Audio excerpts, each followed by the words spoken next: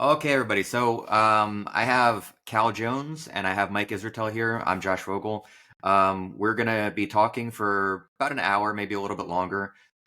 First things first, this is intended as a friendly discussion about different styles of skill acquisition and learning in combat sports. So not a debate, not a fight, just a friendly discussion between three pieces of shit that hate each other. All right, so Mike, please introduce yourself. I'm Mike Israetel. I used to be a professor of sports science. I work in the fitness industry. I've written a bunch of books, and I'm Brazilian Jiu-Jitsu black belt underneath Josh Vogel. Is that how you say it? Underneath? That sounded oddly sexual. At the Jiu-Jitsu company. The pronunciation was good, though. Excellent. Okay, Cal, your turn. Yeah, I'm Cal Jones, judo coach. I've been faffing around with ecological dynamics for a long time and using a constraints-led approach for a long time. Got a master's degree in it somehow. So yeah, hopefully I'm at least mildly competent to discuss it. Cool. All right, I'm Josh Vogel. I own the Jiu-Jitsu company in Old City, Philadelphia with my wife, Angela Vogel. Jiu-Jitsu black belt. That's kind of it. I don't know anything about anything. Quick note, I'm a little bit sick today, so if I say anything ridiculous, it's because I'm a ridiculous person, but it might sound a little bit stuffy, so that's what's going on. So the first thing I thought would be useful to start with is from different perspectives, what do fundamentals of grappling look like? So for example, like from Cal, let's say we come from a constraints-led approach or an ecological dynamics approach. If you were going to define fundamentals of grappling or fundamentals of judo, if you want to be more specific, or jiu-jitsu, what does that look like to you? And then I'll hand the mic over to Mike and see his perspective. Yeah, it's a very difficult question to answer, honestly. What's fundamentals kind of can be reduced to an absurd level. Essentially, it's a game where we're trying to off-balance our opponent and smash them to the floor. And then if they don't land flat on their back in judo, we try and pin them or make them say ow and tap.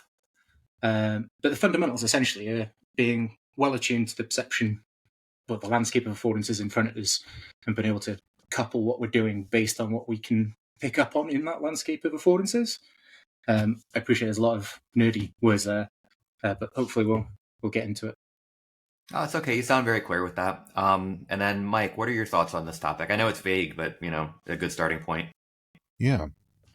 I think the purpose fundamentally of grappling, the fundamentals that construct the grappling landscape, is to position yourself in such a way relative to your opponent that your offensive options are the highest, his offensive options are the lowest.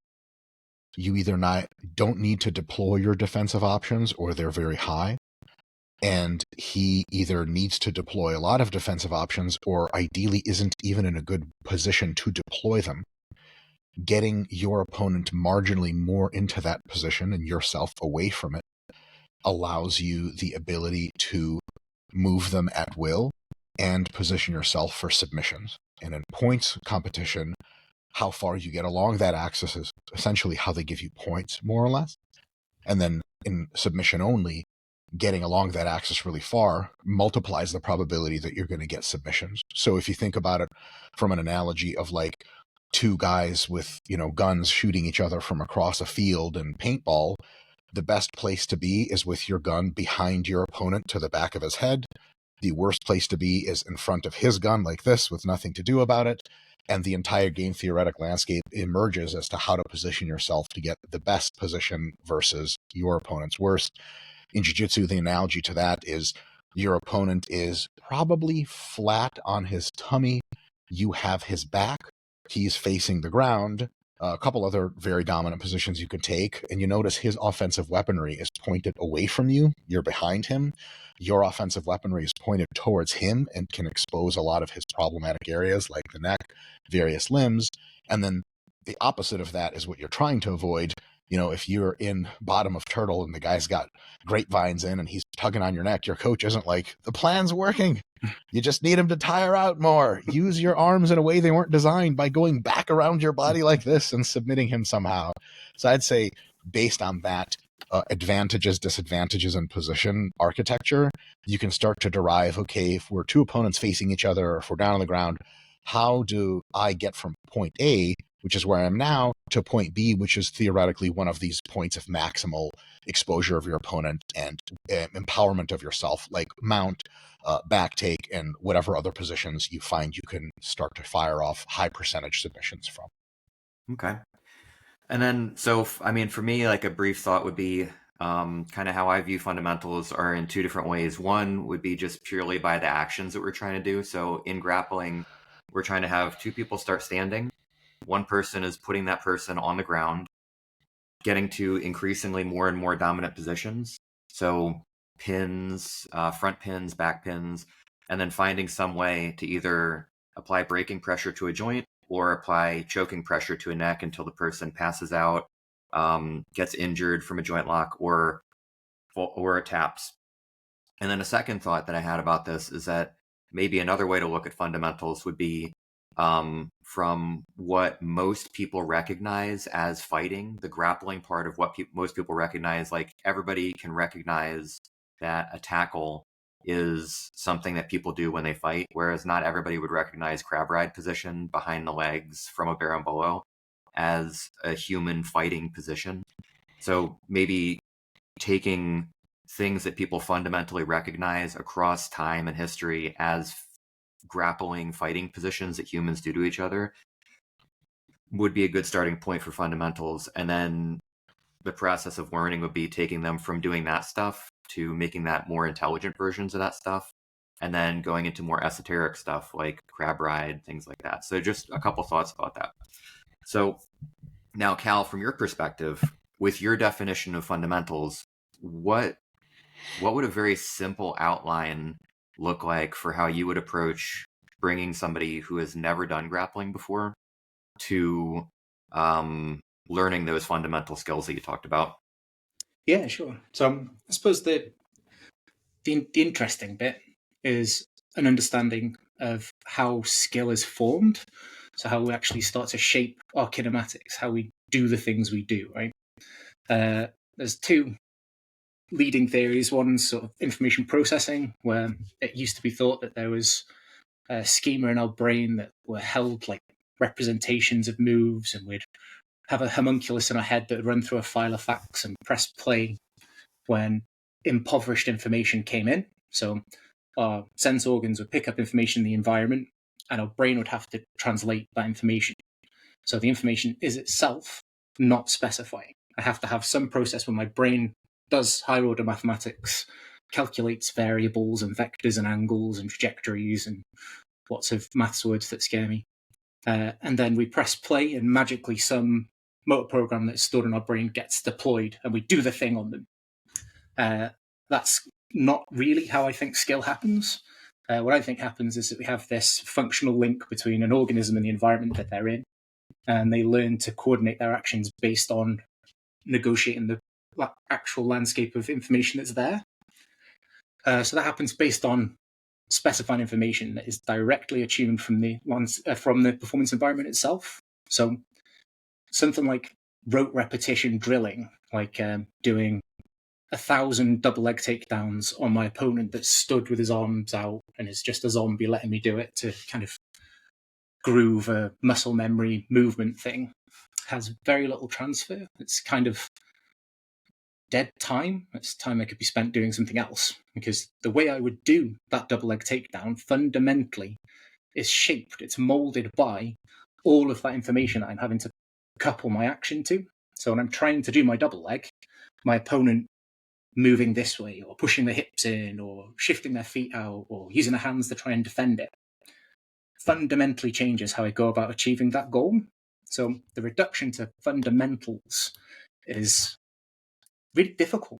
Like it's not a skill. It's not a discrete packet of information that we're trying to learn and embody in our brain. It's putting you in positions where you have to become more skillfully attuned to what your partner's doing. So I suppose the easiest way of doing it, or the way that I would start with a complete novice, is to play some really simple games that get them doing things that then lead to more skillful actions. So as an example, If I was doing like a hit throw game, we're looking to try and get people doing picky uppy throwy things. I could just play a game where you score a point if you can pick your partner up, but your belly button is facing them. You score 5 points if you can pick your partner, but your belly button is facing away. So, Can I ask you a quick question about that? I'm sorry to interrupt you. no, I was on a roll. You let me talk, Sorry. I won't stop. Crikey.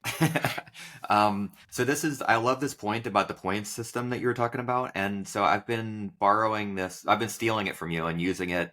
I'm giving you credit, so don't stress, because I'm not pretending like I made it up. But I've been using this a little bit in my classes, and then with kids' classes and some of my adult classes. And one thing that I'm curious about is so if you're using points, do you find that it's confusing for students sometimes where, like, okay, if we're doing jiu-jitsu as a sport, then typically you get 2 points for a takedown. But then if we're using points in this particular way, like where, if I get belly to belly button, I get 3 points or whatever, do you find that gets confusing for students when you assign certain points to the game that you're playing in that moment versus the overall larger point system in a tournament type setting? Yeah, no, personally, I've not found any issues with it. The only Okay. time that I found any difficulties was trying to get adults to give a crap about winning 5 points rather than 1 point. So I tried chicken nuggets. That doesn't work either. bottle of You get whiskey. 5 chicken nuggets if you get belly to belly. Yeah, I've found just explaining directly to the group that you're working with, if they're adults, I know you don't care about this, but I'm just trying to shape the stuff you're looking for. I'm shaping your intention and attention. I want Okay. you to look for opportunities to turn your back and pick people up and figure out ways to coordinate those actions more efficiently. If I give you 5 points for doing it with your belly button facing, you'll still pick them up. So if somebody turns in and they do a very poor attempt of a hip throw on you, you can still pick them up and get a point, but it's worth the risk of me turning my back and attempting to try and lift somebody and become skillful at that particular skill, should we say, because you're shaping it. But yeah, the point of it is to let them know the thing that has value. With kids, it doesn't matter. They want the points. Points matter when you're 7.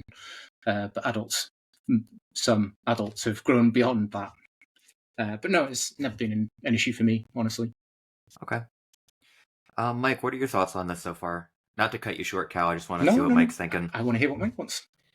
Yeah. So I have some follow-up questions because I have a slightly different understanding of maybe the neuroscience of movement. And so you said a few things that got me curious. So you said the idea that there are kind of schema frameworks of how to move and a homunculus in our brain is, like, from your perspective, maybe not like super the way things are happening. From my understanding, there are definitely schema of how to move in the brain. You can demonstrate in forgetting entire categories of sequential movement with precise brain lesioning in animals. And also there is a motor homunculus, like it's a real thing. It's not a little man that makes executive decisions, but it's a mapping of where all of your muscles and effector organs are able to output to. It does look homuncular in nature, and your brain really does do high order mathematics, particularly through adjustments through the cerebellum. And it is true to say that motor programs get deployed, though not exactly deployed because they have to make a lot of adjustments on the fly. I can get to that in a little bit, but just something that's confused me a little bit about the constraints-led approach is this insistence on the fact that mental representations of movement don't exist, and that there is no homunculus, and that, like, for example, drilling has, depending on who you talk to, either no transfer of training to performance or very low transfer of training to performance. But from my experience, drilling has a contextual transfer of training to performance that's very good in some regards and very bad in others. I'd just love for you to speak to that idea that, like how serious are you about They're not really being motor programs that are executed. And if you're very serious, I have follow-up questions about, various things that to me seem like challenges to the ecological constraints model to explain the existence of various phenomena if we don't actually have representations of various movement patterns in our brains. Yeah, sure. So essentially, the time frame that exists for us to be able to go to any representations that may exist in our brain that we can then deploy just way too short. If somebody's throwing a baseball at me, it's at me before I have any time for the sense organs from my eyes to go into my brain, for my brain to then do all the actual work. Reaction time is too slow. So the argument is made that instead of having this sort of sense-making process that's happening in the brain, we directly attune to information. So as the ball is coming towards me, I can see the rate of change of the size of the object. So I don't have to have my brain become involved and work out its velocity and the trajectory and any of those variables. I can just move myself knowing that my contact point will be here. So I just need to make sure that the rate of change of the object coincides with how I'm moving. So I'm quite literally moving myself in relation to the information that is present that I'm picking up on without having to use my noggin to do stuff. But like, your visual system is a humongous part of your brain. Your ability to recognize an object, recognize that it is changing aperture size as it approaches you, infer that that change in relation to the background means movement, and predict where the ball is going to end up and where you're going to end up, and then coordinate all of your muscularity to move seamlessly from one side to the other, is like massive data processing has to be required to do all of that. Like, it's actually the only way it gets done, because the nervous system detecting the ball and then sending at least some kind of signal to various muscles has to happen for you to see the ball. Because if we severed the part of your brain that's involved in three-dimensional representation, you usually wouldn't understand that a ball is coming at you. In a real deep intuitive sense, that would be missing. And then if we sever your ability to communicate integrated way to your muscles, doing a lot of calculations because like the physics problem of taking your hand and moving it from here to catch something right here is actually insanely high. Your body can't intuit that. It actually has to do those calculations, and there are massive parts of your brain that do precisely that. So when you're saying, like, at a conscious level, you can't be like, oh, a baseball is coming at me, I'm going to calculate its velocity with mathematics in the prefrontal cortex of my head. That, I agree, for sure does not happen. There's way too quick. But information processing that's subconscious and unconscious has to happen, to me, almost by definition, because how could we move if no information processing is occurring? Like perception, say, like perceiving the ball. Perception is a purely information processing task. As soon as the impulses from your eyes hit your occipital nerves, like, the rest is processing. That has to happen for you to do anything, for you to even move yourself. There has to be processing. Tell me how I'm wrong about that, Cal. Is that misunderstanding, misuse of terminology? What do you think? Yeah, again, it comes down to the difference between direct and indirect perception. So Gibson, who essentially propagated or put forward the body of work on indirect perception and direct perception as the counter to it, has essentially said that rather than us having our brain make sense of those bits of information, so my brain doesn't have to do the higher order mathematics. Your brain is involved in the same, so there's a difference between cognition and cognizing, I suppose. So my brain has to be doing stuff. I'm moving, so my brain is involved at some point. But what it's not doing is making a prediction. It's not predicting where that ball is going to be. The ball is traveling, and I am moving to intercept that ball. So I'm constantly changing how I am moving based on that rate of change of the size of the object. So we're not predicting where it will land. We are moving in relation to it. So as an example, if I said, I'm going to throw a ball at your head in 3 seconds, when I throw that ball, you're not going to just imagine that it's going to your head because you've been told it's going to your head. The ball will travel and you'll start to pick up on information. The prediction that you may have made would have been, oh, it's going to go at my head. But that's not what we think is happening. What we think is happening is that you use your eyes to pick in or to take in information from the landscape, the array in front of you, and then you move in direct relation to that information. It's not that I'm having my brain do stuff to make me move in relation to it. It's not predicting stuff. It's not sense making. The information is itself specifying rather than needing to be enriched by a brain. That's the fundamental difference. So it just means that essentially we don't end up with these stored representations that we then play. So again, I'll frame it in a more fair way. There are some people that still think that there's information processing. So the information processing people have tended to move away from schema theory and stored programs that exist and drilled and brought into motor memory or muscle memory. They're usually trying to use free energy principle, Markov blankets, and active inference frameworks, and they're essentially trying to say that there's some brain work is happening, but it's all done on what we, as in the sort of eco-D nerdosphere, refer to as calibration. They talk about parameterizing. So they still would say drilling is pretty much dead time and doesn't transfer.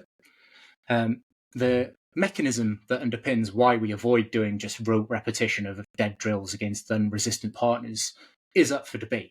You know, the debate between whether information is itself specifying or needs a brain to sense make is raging. You know, it's super fun. It was. Twitter's gone quiet these days. But in academia, it's still very much up for debate. You have the free energy principle is one way that people are trying to square the circle of the fact that we know that doing rote repetition isn't very effective and doesn't transfer very well, and putting sort of skills in context does have better transfer, does have better retention. So yeah, I'm more than happy to discuss the sort of neuroscience or the ecological psychology that is behind it. But I was quite interested to know whether you thought just rote repetitions would groove a movement pattern. Because obviously you're from a strength conditioning and powerlifting background, where the kinematic structure that you have to be in to be able to actually successfully do a rep, because physics exists, they have to look a certain way, right? If my back isn't in, lordotic extension, if I've not got this thing and I try and move triple body weight, it's probably not going to be very good for me. Whereas to do a strangle, there's so many degrees of freedom. I can move my body in a multitude of different ways and be as effective with each. Do you think drilling for an open skill like that has value, has transfer and retention? Or is it something you'd assume? So, it depends on how strong of a claim you want to make. I've heard folks say that drilling is dead time. To me, that's categorically false on arrival, because drilling absolutely grooves in the parts of your neural network that allow you to go to drilling and do at least two things with it. One, execute the move that you're drilling more fluidly, and two, be able to call on that move execution with a more subconscious and lower amount of latency. So if I've done a double leg 2 or 3 times in drilling, and then in a live situation, I'm positioned in a place where I'm going to be doing a double leg, that double leg is going to look worse and be more improperly carried out, and is going to have a lot of latency before I actually do it. A double leg, I know this, and then you kind of do it. Versus if I've drilled 100 or 1,000 double legs, then the latency time is going to be very small. The smoothness of execution of the move is going to be very high. And then it's going to have an impact on my ability to actually do the move. Now, that's a very different claim than saying that, look, to the extent that it is possible, especially at certain times of the training process, you want to train your movements in grappling actually in a dynamic that looks more like grappling, where people are moving, the other opponents are moving, they're resisting, your body's moving, you're resisting. The sequence of moves that led into that move could be different versus the usual sequence you're practicing. To me, that's definitely true, but it acts as a more of a complementary form of understanding and organizing training than it does as an exclusionary way to understand and execute training. I don't know pretty much of any schools that say like you'll be able to learn your way up to black belt execution by rote drilling. I think at some junctures that's kind of a straw man that pops up. And then, on the other hand, it's difficult for me to see a way where not reducing the resistance the opponent is giving and not slowing down the movement and not getting folks practice with how that movement should look in that position, how that ends up being very advantageous because it ends up just sort of confusing the people. And if you can quiet down enough variables to really bring up your ability to execute that move in an idealized situation, once that move is pretty well rehearsed and idealized situation, then you can deploy that movement faster as part of your sort of higher cognitive arsenal, where instead of having to think through the exact positions of how you're moving, you are analyzing the space, to your point, perceptually live, and then just by emphasizing certain actions in your head, you end up instinctually, something that can only be developed in live practice, can't develop with drilling, you can instinctually call to very well drilled moves to execute them. They are now very, very low cognitive bandwidth because they're very well grooved in, very subconscious. Even as you're doing one of those moves, if you're fresh and new to it, you got to do the move and you're thinking only about what's going on. But as you're doing that move in jiu-jitsu, if it's very well grooved in, you can be doing that move, and while you're doing it, you're already plotting the next move you're going to do, because you can do simultaneously executing a very well understood move, very well practiced move, and move on to the next move. So to me, there's kind of a complementary thing of constraints-based or ecological training where you really let the people feel the resistance, but there's also a time for giving them the arsenal that they're going to be sharpening up, because there's kind of two ways to go about it in my view. One is you discover or rediscover all of the good moves in jiu-jitsu by yourself in constraints-based learning. I've never seen anyone do it. It could take an inordinate amount of time, or you can be seated with some well-drilled, not excessively, very good dependable moves, and then in the actual combat environment, it's up to your primary motor cortex to throw those moves out, and it's up to your cerebellum to smooth out the processing, adjusting every single one of those moves' execution to where you are in space and your opponent is in space dynamically at the same time, which is my understanding what the cerebellum does most of the time anyway.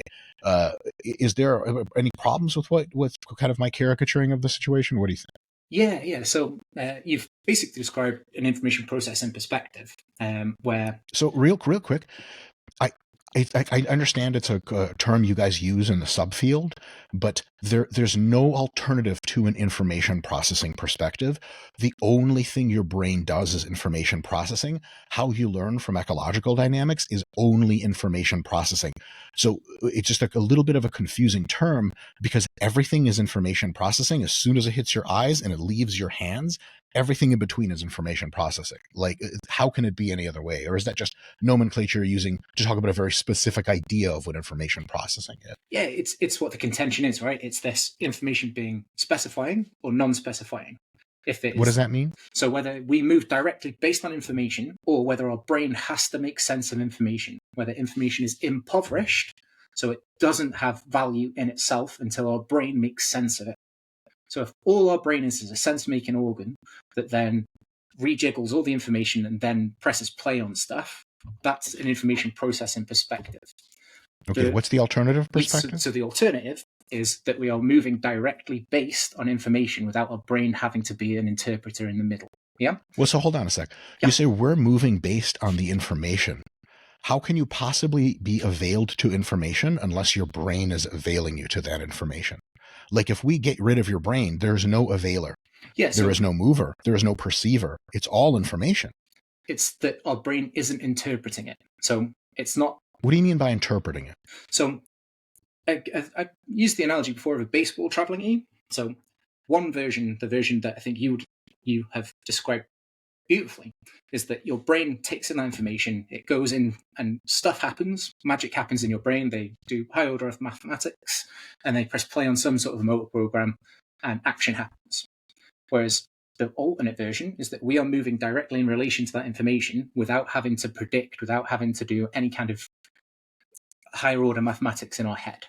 So just to go back to the example from drilling that you had said, essentially you've done the kind of building blocks thing.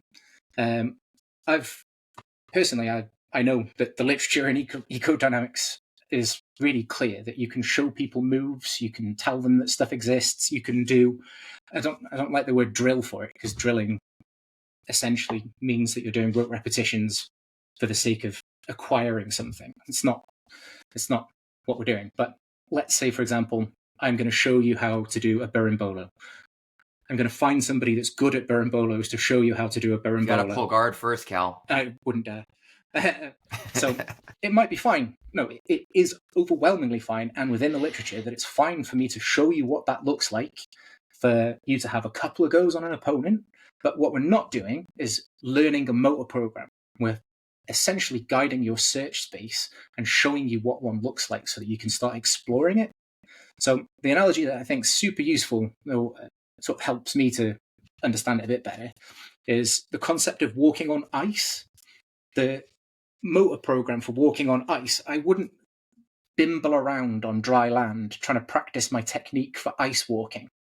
I wouldn't do, I'm going to get my 50 reps of ice walks on the land before I try it on ice. Why Can I not? pause you? Well, It's the same. Would you practice freestyle swimming strokes on a bench before going in the water? Yeah, why wouldn't you? It has a big transfer. So, for example, on ice, there's a risk. Like you can slip and die. On concrete, there's no risk. So you can take a group of children or adults on concrete and you say, listen, I want you to drop your hips a little lower. And what I want you to do is I want you to make sure that your horizontal velocity of your feet is almost zero. So when you pick up your feet, you're going to pick them up a little bit. You're going to drop them down almost completely vertically, and slowly you're going to like tiptoe around, but with your toes and heels spread as much as possible, and never really spread them too far out. So kind of walk in a straight line. If they understand that, and they practice it for a dozen reps, and we really correct people's techniques, when they're going out on the ice for the first time, they're just really one huge step ahead, and the probability of falling is now significantly lower, so that now when they're walking around on the ice, they're safer, and you can now get particular to be like, okay, now that you guys know the basics, the ice feels weird, right? Let me tell you how to adjust for a couple of other parameters. Whereas if we taught you all the parameters at the same time, could be a little bit of information overload, and you would just kind of be really confused and falling on your ass all the time. Just like if someone tells you, don't worry about the knee shield, just go up against this blue belt ADCC champ and he's going to break you down, and just try to put your knee up in front of him. That there's not any dependable, your ability to the search space point, your search space is interfered with highly. You're not even able to aggregate and move your limbs into the proper positions because someone's pushing them out of the way in advance. It's almost trying to tell you how to, do calligraphy while screaming at you, slapping at you, and pushing your ink over. Maybe learning calligraphy in isolation at first is a good idea, and then you can learn later to do it in distraction. What do you think about that? Yeah, I just don't agree. I think that the way that we actually walk on ice is so dependent on the information that's coming in from walking on ice that I could practice my shuffling on dry land for 1,000 reps, 100,000 reps, and the second you put me on ice, I am no better than a person that has never done. You really think it's going to be no better? Yeah, well, I'll try and clarify why. I think that the advantage it would have would be in that you have given them some instructions or some constraints that are shaping how they are trying to walk in those spaces, right? So you've told them to drop their body weight, to place their feet gently, to put their hands out for balance. All of these things are super useful constraints to try and shape how they then enter that search space. But I don't think that. Well, I'm 99% certain that if we got 100,000 people and I had them walking on dry land like this, they'd be no better at walking on ice than a group of people that I said, oh, ice is really slippy. Bend a little bit, put your hands out for balance. I suppose that's the difference, is that we're in a position that rather than having these stored schema in our head that we then deploy in contextually congruent situations, it's that the contextually congruent situation shapes the movement. It is literally the thing that molds how I move. How do you explain then that people who have walked on ice a lot are dependably better from trial one versus people who have not walked around on ice a lot? Like, clearly there's something in their brain that is like communicating some kind of movement pattern that's different. that representational neural network pattern there, it has to exist. How otherwise would they know to automatically be good at ice walking? Have they learned something? Have they learned a method of moving their body in space and balancing? Have they learned already how to put their arms out, how to stagger their feet? And if they have learned those things by being exposed to real ice, couldn't we teach those things, at least some of them, early before they get to the ice, to be like, hey, like, this is going to help you when you get there, because we know you're going to learn it anyway later. How is it that people can get better? Because the way you're saying it, it's raw, it's highly unprocessed information, direct action from information. How is someone accruing skill over time if it's just all right there for you to begin with every time that you start anew? Wouldn't beginners be identically as good as advanced people at any number of tasks? No. So obviously the fact that we become better attuned to that landscape of affordances there's like a time scale to it.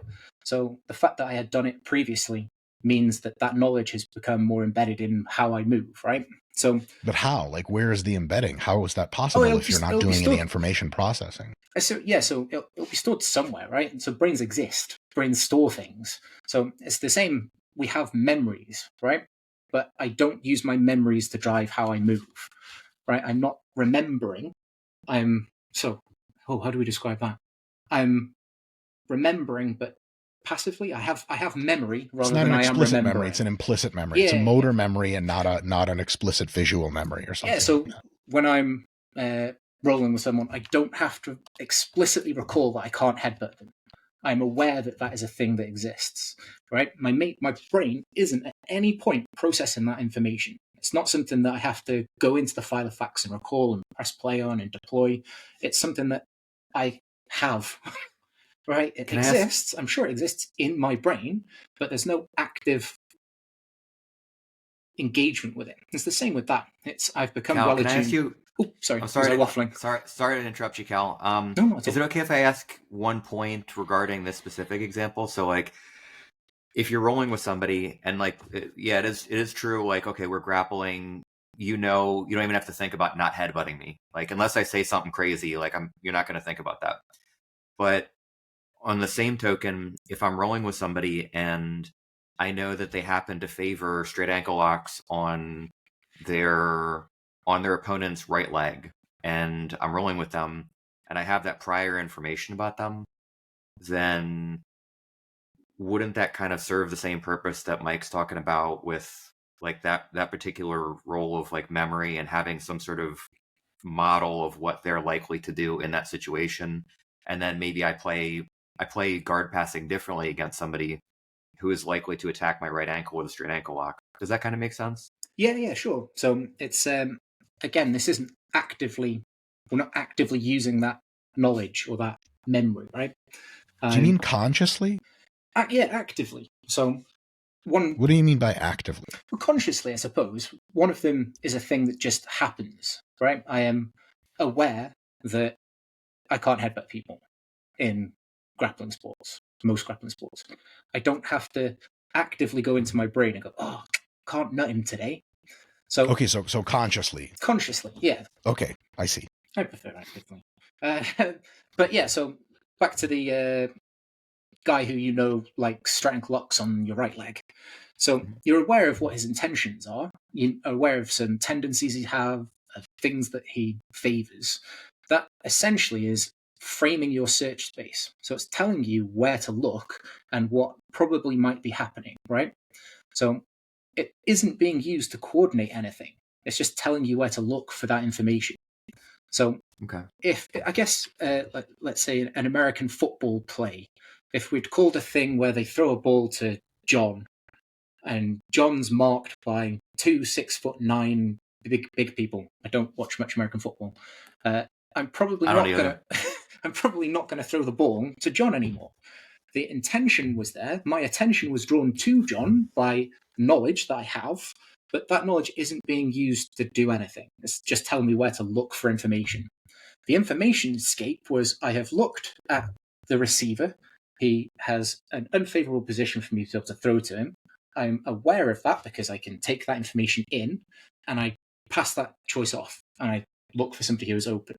So the search landscape of affordances is shaped by your kind of understanding of things or prior and like contextual stuff you're aware of, but it's not being used to direct movement, right? At no point am I thinking, oh, well, I'm now going to do this. The movement direction is very drill based in that regard, because the guys who get to be the best quarterbacks, which is the guy that throws the ball to people, they spend an inordinate amount of time doing throwing work and getting minute corrections on their technique so that it can become subconscious. So they're drilling a ton to smooth out that kind of vector space analysis so that they can get on point much more likely. And so then they can shift their cognitive focus to things like who's where on the field, instead of both who's there on the field and exactly how do I take my arm and change it through multiple angles and again, infinite degrees of freedom in order to propel that ball to where I want it to go. There's actually, and there's prediction required as well. Your brain makes a ton of inferential calculus about where objects are going to be. It can't actually just purely absorb that from the space. If I have someone who's stepping out with their leg to counter a throw, and I'm going to drop down for a low single on that leg, I actually can't drop down to where I see it, because by the time I drop to there, it's not going to be there anymore. Brains do a lot of processing subconsciously, of course, you're not aware of this, to actually predict where that foot or where that ball or where that player are going to go to push the nervous system's movement patterns into that anticipatory direction.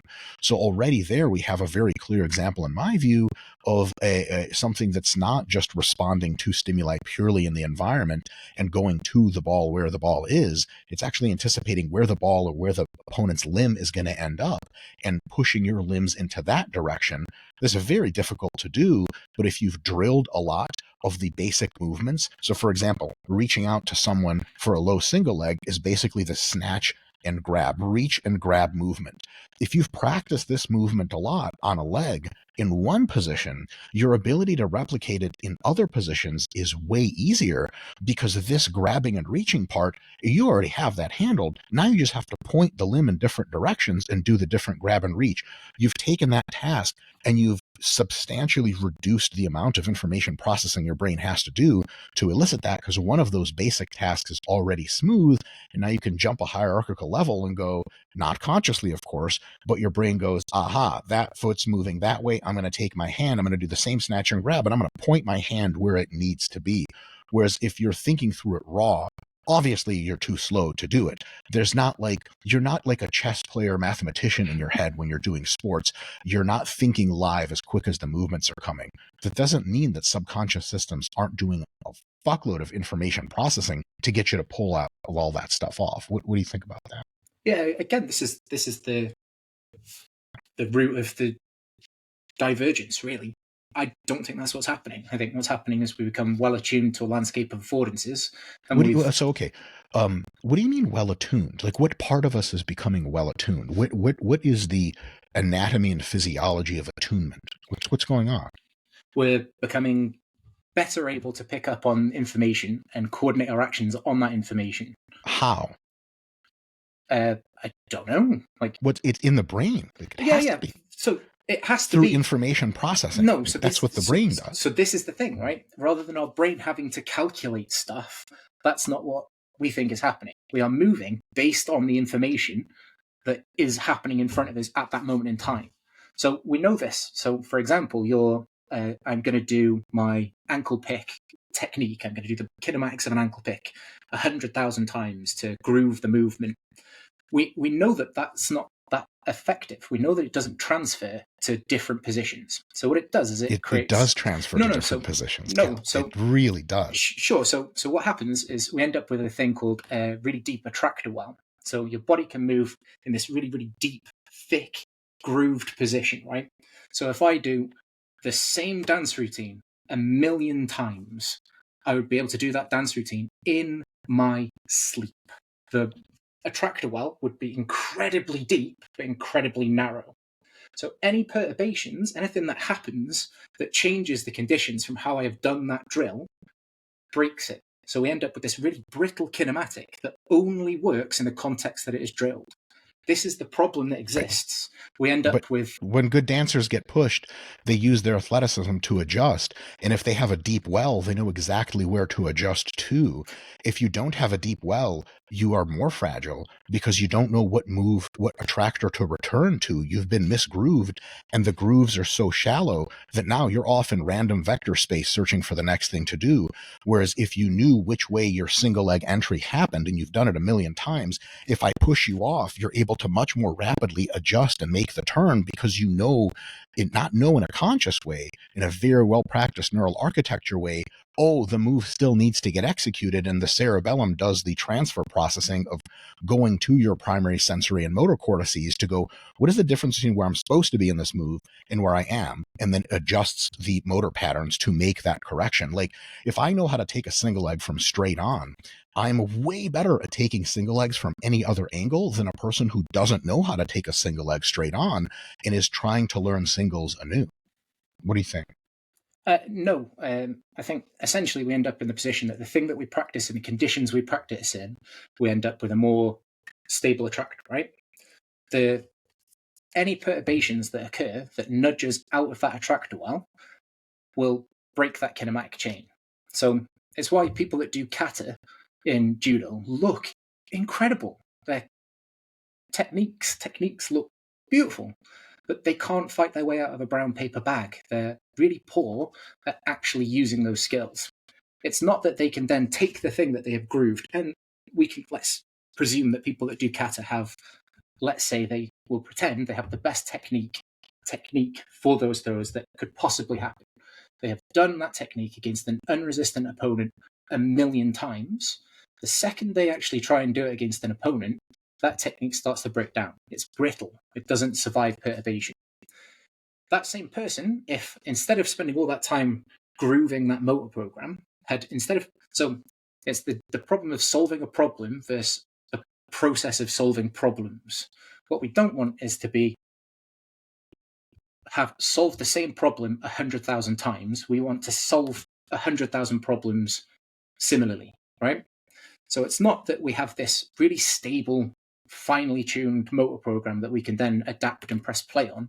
It's that we have been in 1,000 situations where we have had to utilize our sense organs to coordinate structures to be able to overcome what our opponent is doing in context in the moment. It is that it is done live that shapes how it is done. It's not that it is done and then is then deployed in context. And again, there's masses and masses of research on this. Like it's really, really established in the literature. I hate to be look at the I've papers seen that research. I find it highly uncompelling. Most of the studies are very short in duration. Most compare outright explicit instructions given one or several times versus a coordinated attempt to try to get people to drill and to correct their positioning along the way over the course of weeks. And most of them compare to only ecological constraints gameplay versus only explicit instruction. Again, it's cool for research purposes to demonstrate, like, hey, there's something there to actually practice the thing, which I just don't understand how that's controversial to say or needs an entire nomenclature to describe. To your point, of course you have to practice the thing. I mean, my God, the forces, the vectors are all different. The positions are always different. What my position is here is that you have to have two things. One, an ability to understand how to do moves that are a very well compressed amount of information that generally has a very accurate, very good things to convey to you. It's a massive shortcut. Exploring the entire three-dimensional space of all movement is an intractable problem for humans. Robotics in a few years will be able to solve that problem off one simulation. It'll derive the perfect jiu-jitsu move response to any sort of attack right on the fly. I don't doubt that for a second. Humans can't do that. We're very constrained in that way. And so if you can have a lot of very well-refined motor patterns, very well practiced, thus the cognitive bandwidth required to deploy them is very low, that by itself gives you a bunch of katas, which, as you rightly point out, is completely ridiculous because you've never actually felt how an opponent resists with their hips and drops them back. You just kind of do your thing. So the way I think most sport training happens is we give you these seeds of how to move well. And it gives you those kind of declivities, those places, those attractors to go to do the move right. The second thing you need, which I would say is either just as important or even more important, is where the ecological model has a huge amount of utility. And that's taking that generally good advice of like, look, we've competed in grappling for generations as humans. We know what things work pretty well as better guesses than average and what things don't. We're going to teach you some of them. And then just a little bit, you might get 10 abilities to practice a move, just to be like, okay, knee here, ankle here, knee here, ankle here. Got it? Cool. And then your brain has just a little bit of a secret onto which way to move. And then we slowly start cranking up the intensity, the amount of resistance, the movement live. And then as you're going live, we're making sure to correct how you're applying your technique so that you can do those two things, have really good techniques to use, and then also have a ton of practice using them lives so that they're adjustable. So, because I don't think if you don't have any techniques to use, you can intuit some from live movement, but I think you're limited to be almost no better than like a gorilla at grappling. Gorillas have that athletic attunement just radically better than we do, and they play all the time. So the general intuition about jiu-jitsu and judo is really, really good. But the big limiting factor on how good animals are at combat is they actually can't process rote repetition. They don't have the patience for it, and they don't have the patience to integrate that into their cognitive architecture, which is if you normalize for body weight and strength, a Division I wrestler takes down a gorilla every time. A pro grappler will beat a gorilla in grappling every single time. Like highly athletic white belts that have played a lot of rough and tumble play, they're real fucking good, but you're going to get caught because you're entering a space of possibilities where the person you're going against, who is a black belt, has constrained the space to very dependable actions. Once you're in that position, they're going to exploit it in a way that they couldn't possibly have figured out right then and there. They're saving a crapload of computational time by squishing down and going, single leg, back take. And they're not thinking it consciously. It happens totally sub and unconsciously, but with that highly grooved practice at first, and then allowing that technique to be trained over and over in a bunch of different positions with different resistances, you're not taking away that technique. You start with a very fragile technique, and then you make it stronger and very adaptable in a variety of perspectives, so that the way you throw the ball might be the good ball throwing mechanics in football that you learned when you were a kid and practiced a bunch. Now you get to run and turn and throw, you get to throw short, you get to throw long. You're adapting that same core technique to a bunch of different tasks, which means you're just going to be better at those tasks than if you learned raw every single time for those positions. Yeah, I'm not advocating for learning raw. Like, moves exist. You can absolutely shortcut it. What I'm saying is, rather than doing 1,000 single legs against a passive opponent with the view or with the intention of grooving a motor program, I would rather play a game where my players have to figure out how they can pick up legs and unbalance their opponent and get them to the floor. Why not just tell them how to do it? I can. Absolutely, I can. I can tell them these are optimal. This is a run the pipe. This is a high single. I can show them stuff. There are moves. This is one of the solutions that exists for you to be able to get this person from here to here. But what has less value is them doing this rote repetition of the move against a passive opponent. It's that you're walking on normal ground saying this is going to get you really good at walking on ice. I don't think that's useful. I don't want to spend my time swimming on a bench. There's water there. I can try and balance and project my weight forward. Right? We're aware. Let me ask this another way. Sorry, can I hate to please, cut you sorry. off. It's my fault. I'm cutting you off, please. It was more that I think that is the fundamental difference, is that I'm not saying that techniques don't exist and that we can show people moves and have them practice moves. It's that it's learning to do those moves in context is fundamentally important for them to learn how to do the move. Technique doesn't really exist in isolation unless we get to really extreme ends of the physical landscape, right? So for something where weightlifting is a perfect example of this, physics exists. So when it is pick object off floor and the object is ridiculously heavy, there are certain ways my body has to move for me to successfully coordinate that action.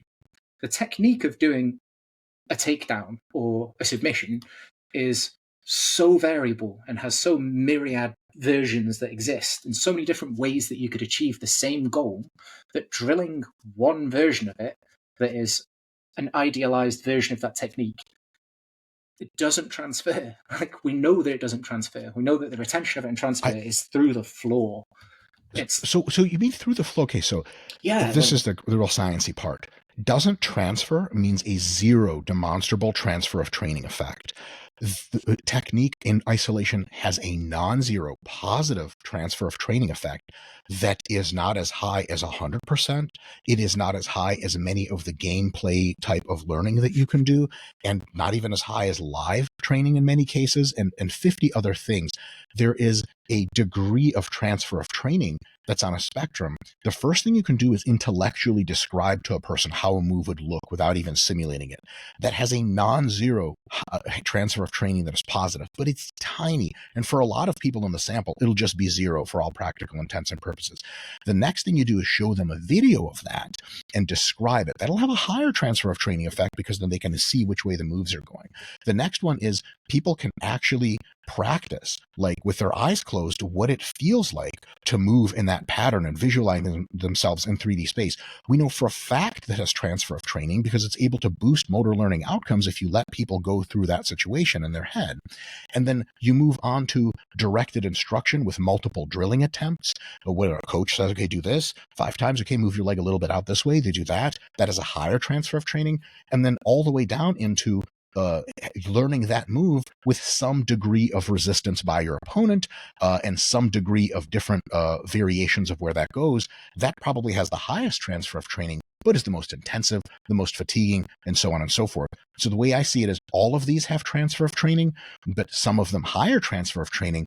We are paying a cost for that transfer of training. For example, if someone said, listen, they have, like, let's say they have a 6-year-old and who loves swimming. He's in swimming class and everything. He's like, I want to practice swimming more, Dad. What can I do? You say, okay, you can lay down on the ground or on this like board and practice your strokes, watch your videos of people doing strokes. Remember what your coach said, practice your stroke. And you can do that.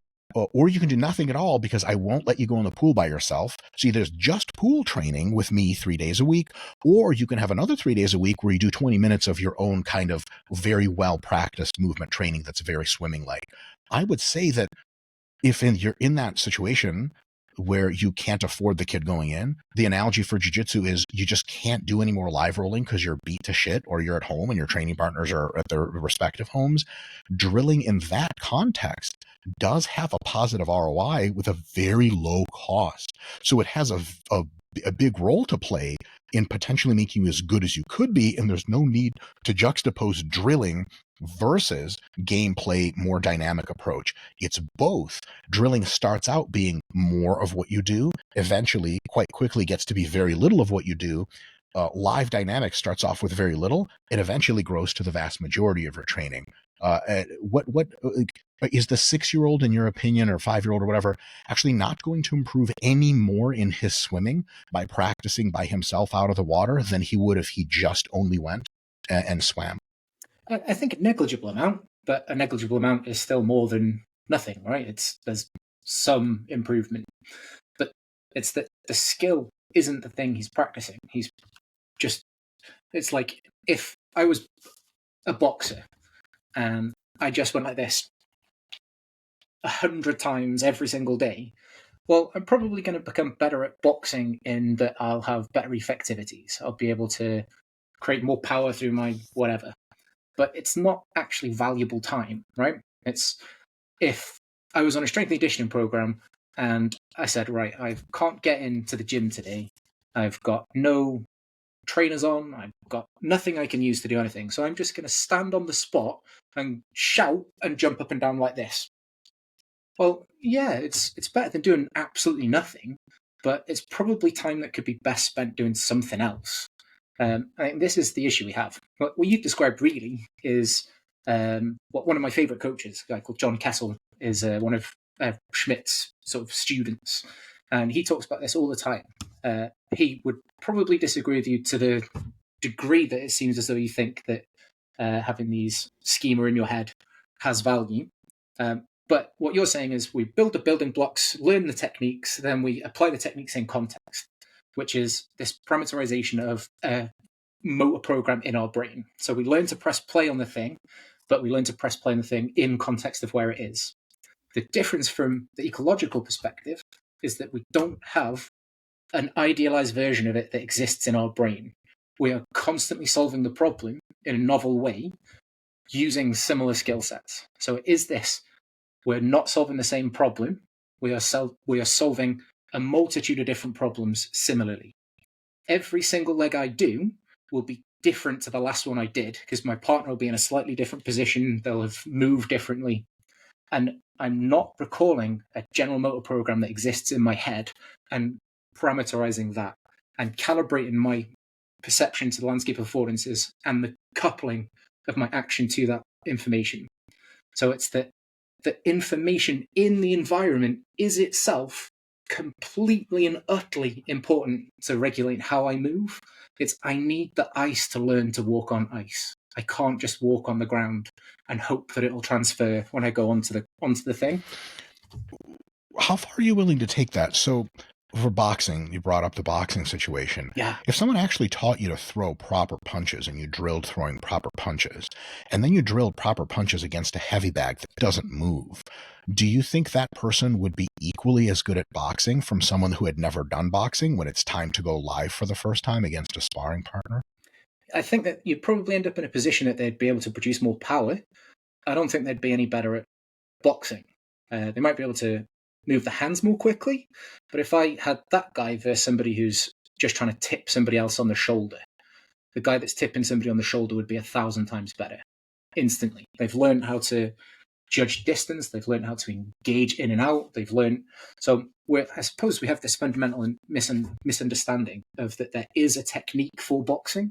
So you can teach me how to produce more maximal force, but you don't teach me to box.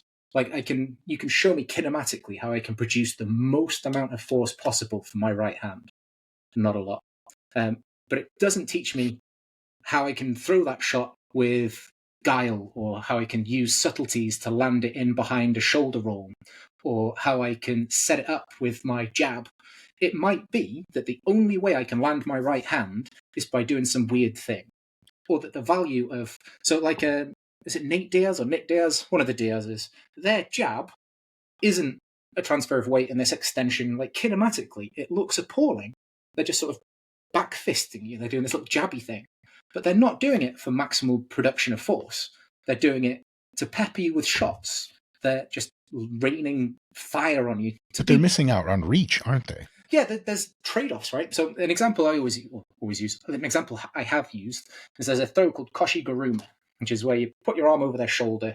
It's kind of the hip throw, but you've got your arm in a headlock, basically. I remember when I was very young, maybe 18, I did a kinematic breakdown of where the inefficiencies are based on where my center of mass is in relation to my opponent, or how my back was out of position. And then I realized I'm intentionally not doing a kinematically efficient version of this throw. I do a version where I'm hinging at my hips from a mile away. Because it gives me extra range, I can attack on an offbeat because I can just step in, put my big old badonkadonk on them and bend forward and try and unbalance them. Mechanically, it is appalling. Technically, if you were to put a book of what Koshi-Guruma is, the picture it has, the little Japanese Kodokan one, it would look nothing like it. But the utility of the move doesn't exist in its maximum production of force. It exists in being able to actually apply it in context against an opponent. There's no amount of me doing endless reps of Uchikomi against a passive opponent could get me into the position that I do my move like that. It's not pressing play on an existing motor program that is technically perfect and jiggling it around. It is literally, the information here is that my opponent is bent into this position.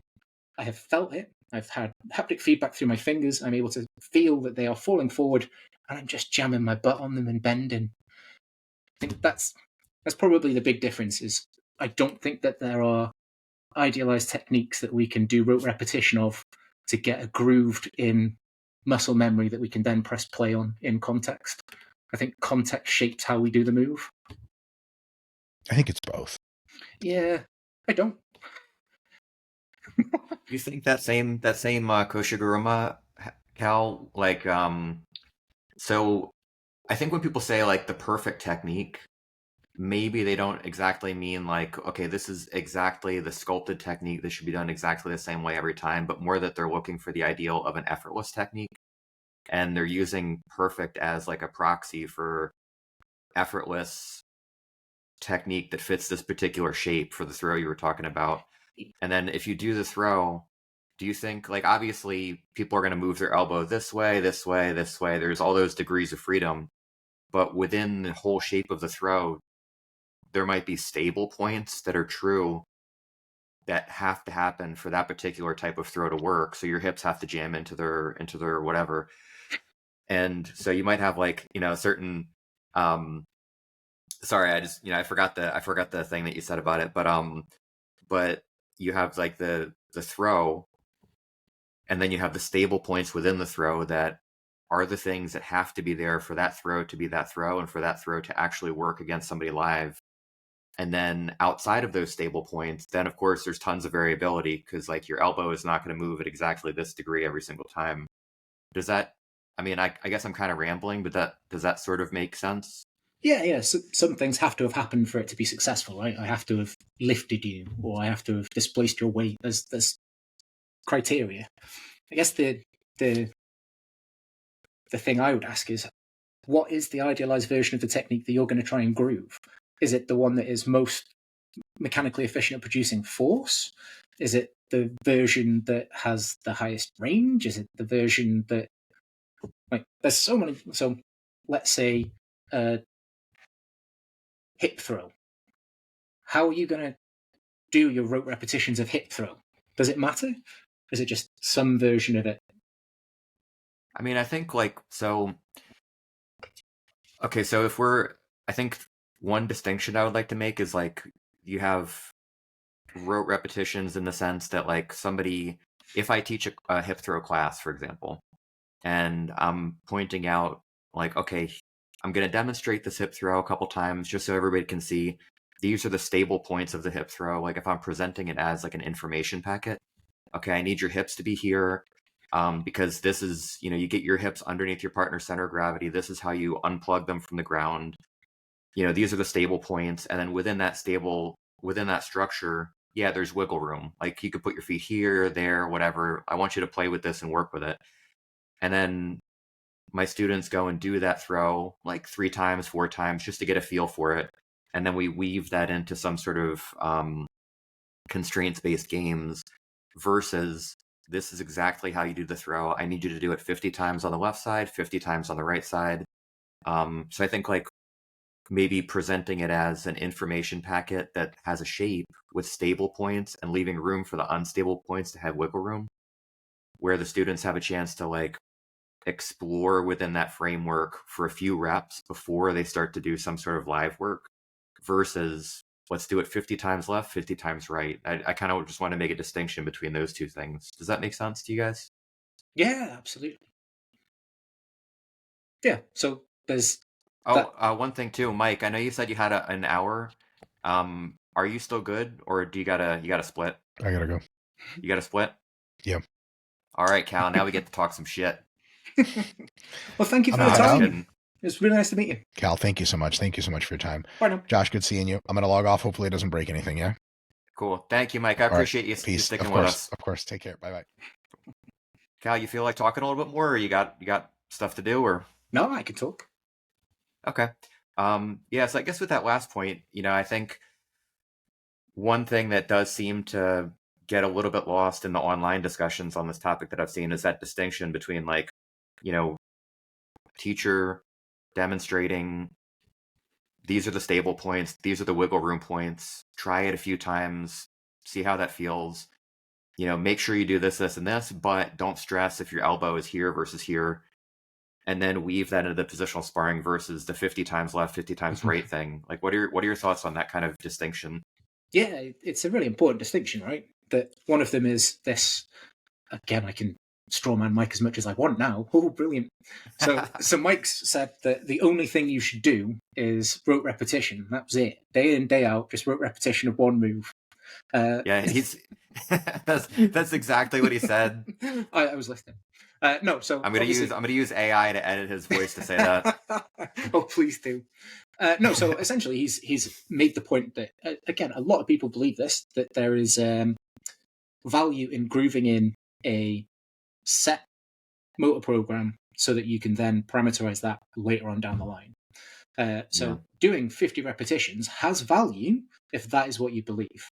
I don't think that's what's happening. I think that the science is very much like moving away from that. I think the more parsimonious example or the more parsimonious answer is that we are directly attuned to information. Hence, I'm this way.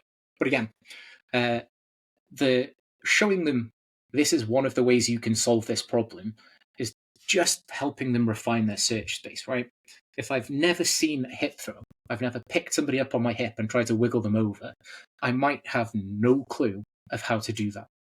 My partner teaches little tiny infants, and they have a thing they call a waggle, what a good one looks like, which I love. I think that's such a fun little word for it. They might not know what one is. They might have never done it. They might not be aware of the ways they can do it. So I do it all the time in my classes. I'll show them a move. They might be complete novices. They might have never done this. It might be something that's more niche. It might be something that I have arbitrarily decided that morning, oh, this is quite fun. I did this several years ago, and I want them to see. It's just showing them a solution, letting them have a go at it so they kind of understand roughly how their body moves to achieve that, and then plugging them in so that they can learn to walk on ice. It's that the environment shapes the action. It's not... It seems like... Sorry, go ahead. No, I was done. Yeah, I mean, it seems like... that I think that kind of flexibility leaves some room for, like, one thing I struggle with is the idea of self-organization. When I read about constraints-based approach learning and in my experience, like my own experience personally learning sports, and then what I've observed in some students is that I think, there are certain situations where, and I might be misinterpreting self-organization, but like if we have a constraints-based game and we narrow it enough where it's highly likely that a student is going to find a functional solution for a problem during that constraints-based game, but they still just can't, their body just won't self-organize into that shape at a reasonable amount of time. And that this has happened with me with skateboarding, for example, where I've tried to learn a new trick and I've tried to get my foot to do the thing that it needs to do to flip the skateboard the way that I want the skateboard to flip. And I've done all kinds of, things to try to make this happen, and my body just won't do it. And so, I think that leaving that flexibility for some direct instruction with, not like it has to be done perfectly this way, otherwise I'm going to stab you in the face.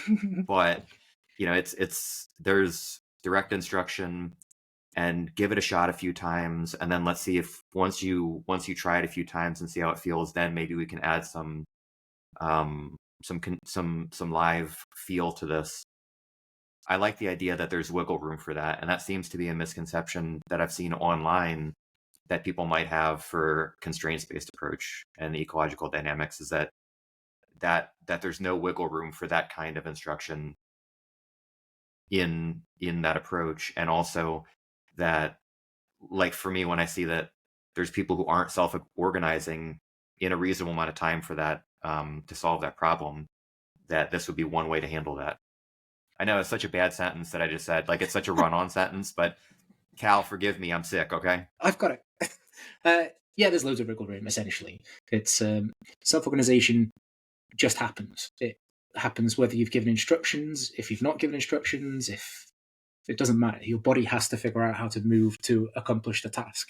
And it organizes all of the degrees of freedom that are available to us to come up with a solution, right? Whether that solution is effective or not is a very different thing. But we have to self-organize every one of the actions that we do. That's pretty much what happens when we move. There is this self-organization of an action, right? So self-organization is just like anything that you do to try to solve a problem, whether it's successful or unsuccessful. Like, that is just beyond, like, if I have a problem with trying to pass somebody's knee shield half guard, and my body is going to self-organize to try to test solutions for it, it's not necessarily whether the solution is successful or not. It's just that my body is going to organize to try something. Is that kind of correct? Yeah, there's all the Okay. multiple degrees of freedom that exist in this amorphous mass of flesh that I'm carting around. Almost infinite, right? There's masses of ways I can move. For me to come up with some form of a solution, I have to organize all of these variables to form some form of a motor solution to overcome that problem, right? Having a self-organized successful thing can happen based on how you design your games. The value to having it without offering direct instruction is more that it has more value to the person that has discovered it. The man who discovers fire would care more about it than the man that was given a match, I imagine. I felt that to be true with students. Is like if they, and in my own training too, the solutions that I've found for problems, I tend to, I don't know, there's more value in my brain assigned to that than if it's something that somebody shows me. It's easier to remember, it's easier to implement in a sparring session. Maybe there's an emotional component to it. Like I'm proud that I figured out how to solve that problem. Absolutely. Yeah, so again, physics exists. There are only so many ways that we can overcome certain problems. So a guard passing game, if I just got a bunch of complete noobs to play a guard passing game, a game Headhunter, you need to get past their legs and just tap them on top of the head. That's it. Super simple. It's their first time on a map. I can guarantee you there will be a stack pass. There will be a Torian door, they call it, the little bullfighter pass. There'll be a knee cut. There will be passes that have names. I could set that as a practice task completely with no other instructions, without showing them anything, and those things will happen. I know this because I've done it a lot of times. What you can do at that point is walk around and say to people, "Oh, you've done an over-under pass. You've done a stack. I bet you didn't know you were doing things." And those people start to feel like they're shit hot because they have discovered fire. It's incredible. Right. If I then say, here is one solution for this problem. This is a knee cut pass. It looks a bit like this. I do it like this because I'm trying to control this far shoulder. If I don't control this far shoulder, they can come up and take my back. You don't have to do it with this solution. I'm doing it with an underhook. If by some miracle you can use telekinesis to keep their shoulder there, feel free to solve the problem that way. There isn't an ideal way to do a knee cut. There are more effective and less effective ways in context, in the moment, as this movement emerges. In each repetition of it is new and novel and completely of its own. So my solution to that just has to attend to these bits of information that are coming in the moment. I have to solve the problem, right? If I then play the game and you do the move, it's cool and it becomes something that you'll do, and it might become more involved. You might do it next week, but it's something that has less value to you. You have less of an emotional attachment to it because I just gave you the answer. Gotcha. It's not to say it's bad, and again, you've nailed it. It can shortcut if people haven't had that moment that they've had an aha. If I sit there and wait for somebody to accidentally crab ride, I'm probably going to wait a long, long, long time. But if I show, oh, look, this is a thing that we can do, and we play a game where you start with your legs touching and you've got to get to the back, they're probably going to find a stable way of doing a crab ride at some point. Then I might say, look, I might say, here's an incredibly skillful guy at doing crab ride. Look at some of the cool details he does. Maybe try this in your next version and next attempt at the game. Well, then they're probably going to start iterating on how they crab ride based on those sorts of attempts and trials. Their search space is changing. Their intentions and attention are being directed by instruction. So we can absolutely shortcut we're just going to sit and hope it happens. Don't do that. Yeah. And I think that that point about being feeling like you're hot shit because you discovered that thing, I think kind of connects to an idea that I like a lot about using analogies and like kind of funny, quirky, examples if I'm explaining something, because that does seem, if I can get somebody to laugh when I'm explaining something, it seems like that's something that sticks with them better because there's an emotional connection to it. And I guess you could probably get the same thing by saying it in like a highly offensive way or a deeply upsetting kind of way. Like I remember stuff that people said to me that made me upset like 20 years ago. And whereas like things that were deeply meaningful but had no emotional connection to me, you could say that to me and it could be the most important thing in the world, but if I don't have an emotional connection to it, it's just right through the years, you know? So I can see that does seem, that gels with my experience as an instructor. If you got a couple minutes, I just wanted to pivot real quick, and I have a question that I think a lot of people in my situation would ask of you and Mike. Like, okay, I'm a jiu-jitsu instructor. That's my job. I didn't go to college. I'm a high school graduate. I don't have any connection to any sort of scientific literature. I have, you know, I read a lot, but there is an educational barrier to what I can understand at this point in time. Like, I can read more and I can learn more, of course, but you know, I own a gym. I'm busy. I got stuff to do. So there's always going to be this thing where I listen to Cal and Cal says that there is scientific evidence that indicates this. And then I listen to Mike and Mike says that there is scientific evidence that indicates this. And as somebody who doesn't have a background in this at all, aside from just reading certain books and listening to podcasts and discussing it, what is a coach? How does a coach? I mean, I guess really I'm almost answering my own question. Like I have to sort of listen to what you say, test it out, listen to what Mike says, test it out, see what kind of results I get. But if we're doing the evidence battle, how do people know who to listen to? Yeah, excuse me. I think the important thing isn't that. It's not whether Mike or I are right. It's what the evidence actually suggests in terms of what happens practically when people do these practice tasks. And we can see that the debate in academia at the minute isn't really between whether we should do rote repetition or we should do it in context. We know that contextualizing it is more efficient. Like the literature is really clear on that. It's the degree to which, it's not the degree to which, it's the mechanism that is at play that means doing it in context is valuable, but is up for debate.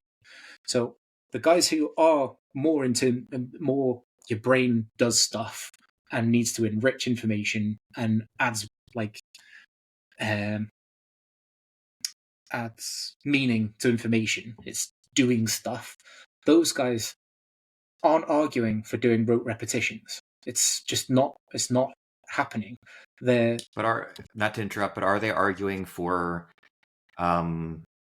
mental representations and information processing models? Maybe not rote repetition, but are they arguing that there are internal models that we have and we can work with an information processing way of doing things? Does that make sense? Yeah. So what's essentially happened is there's sort of different schools again.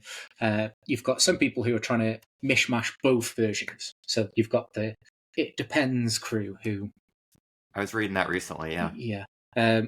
Who I you obviously approve of. Yeah, they're not my favorite.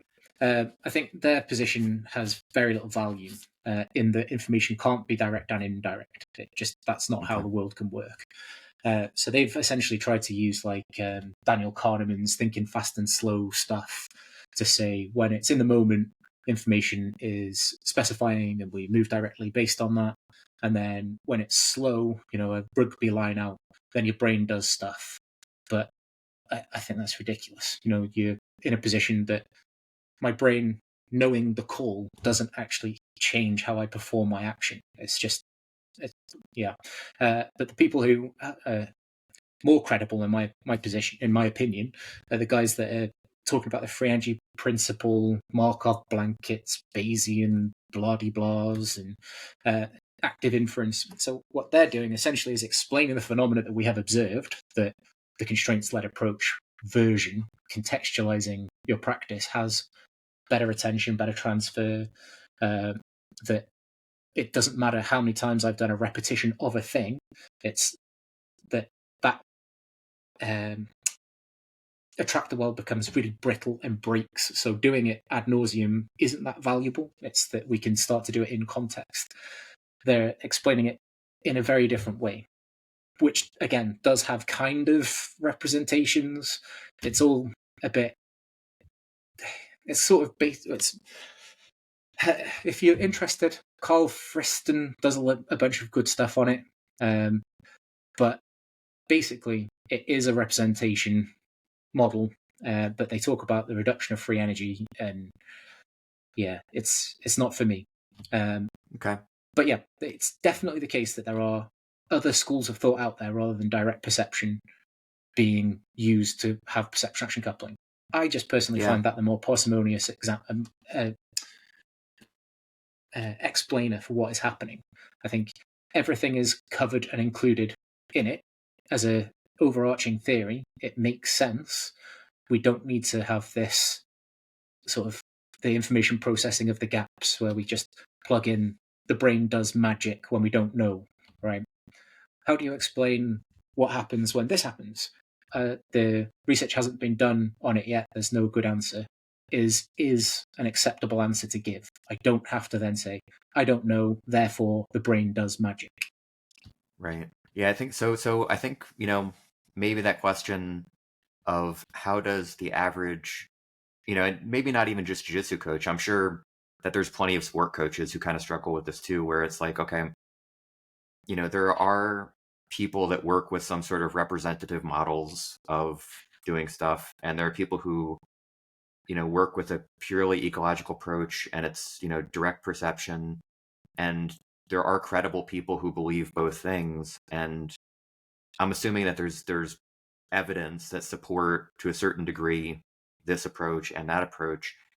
And then the educational wall that I was talking about is at a certain point, like I'm not prepared to evaluate evidence. I don't know who credible researchers are. I don't know what a good study looks like. I don't know, those are things that my educational wall, I hit that wall very quickly when, if I'm talking to another jiu-jitsu instructor and they say to me, well, the evidence says this, and, I'm like, well, neither of us really know that because you're just a jiu-jitsu instructor and I'm just a jiu-jitsu instructor, and we're not involved in that kitchen of baking those lasagnas of science. And so, you can sound super convincing and be very like confident with what you're saying, but you're just like me and we're both in that same boat and we hit that educational wall real quick. So how do we, I think that's the thing a lot of people struggle with is how do we parse that and who do we listen to? And, if somebody is following a very heavy information processing model and they say that there's evidence that supports this way of doing things, and then somebody else says different, it really becomes very confusing very quickly. And then it almost turns into like you kind of follow the person that makes more sense to you personally, and maybe a little bit of, if I like their personality, and I think I don't know, it gets quickly overwhelming. Yeah, no, I agree. There's an obscene amount of information in the universe to try and understand it all is impossible. Yeah. I think the important thing is less which theory is correct. It's what are coaches that are informed by theory doing. So whether they're informed by a more information processing model or they're more informed by EcoD, the practice looks incredibly similar. If I walked into a rugby session that was run by somebody that was a proponent of Schmidt, so Schmidt is the motor programs guy. Yeah, that's what Greg was saying last time. Yeah. So I read loads and loads of Schmidt when I was younger. What a great childhood I had. But he talks about this parameterization. So John Castle, who is one of Schmidt's guys, volleyball coach. Really You good. told me about him. Yeah, he's great. Yeah. He's got some stuff on YouTube. But he tells a story of when he was the national coach. I think it was of America. And he said that the performance director would come and watch practice, and he'd have to put on pretend practice sessions. He'd have them doing like, we're going to set the ball so we can groove what the set the ball looks like. And they had to put on these pretend performances because the director didn't understand that coaching isn't that. It's this contextualizing. Oh, So the nuts and bolts of it are that the majority of the time that is spent from all coaches that are informed by the literature looks like it's contextually centered practice. It's always live against an opponent so that you can learn how to either parameterize your motor schema and deploy it in novel contexts or calibrate your perception action couplings. So the reason we do the practice the way we do changes depending on which theory you ascribe to, but the massive weight of what practice looks like is almost identical. And again, I don't think I can think of anybody that is sort of in the coaching space that coaches like sport that is informed by the literature that could explain why they do what they do, other than this is what my coach did with me when I was a player, that does rote repetition of an idealized mechanical model. If I said that an information processing coach believes that there's a perfect model and that they do rote repetition of that perfect model, I'd be told that I'm straw manning and that those coaches don't exist. They do. They definitely do. There are people that still think that just rote repetition of an idealized mechanical model has value, and they do it for half a session. Don't do that. Like, all sides agree that's not what learning is. Learning is contextual. It's applying things in context. okay. Yeah, so here's, maybe pivoting just a little bit. And I want to be mindful of your time because I know it's nighttime where you are, so I don't want to overstep. So just let me know if I'm going too far. But one thing that I really like about your approach, and I also really, really like about Mike too, is that you both seem, in interviews that I've listened to you with you, and I've talked to Mike about this a ton, you both seem to have a very good sense of how to have good faith arguments with people and discuss stuff like this in productive ways where you're kind of probing each other's perspectives and, not assuming, maybe even steel manning each other sometimes and not assuming the worst of each other. And I think that's something that I find really valuable, appealing, and also kind of rare in these sort of like heated topics that people get really like worked up over.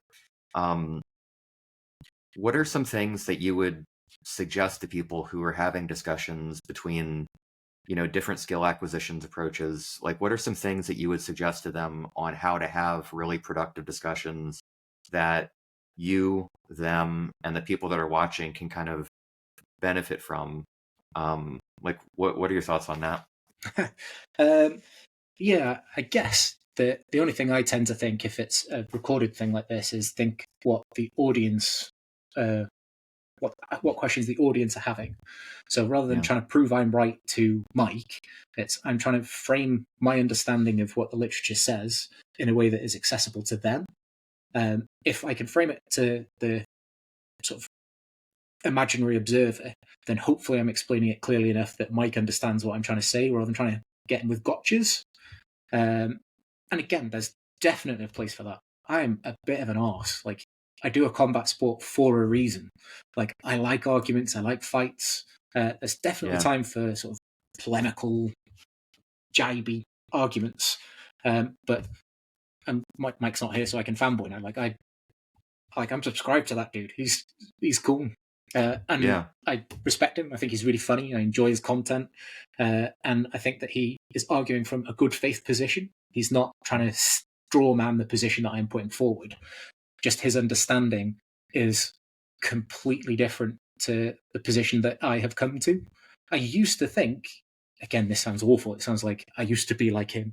But there was a time that No, I get what you mean, though. Yeah, I was once in that camp. So I completely understand the position he's taking. It's that you have to have the building blocks. I have to have the foundations of the house before I can start putting walls up. These things live together.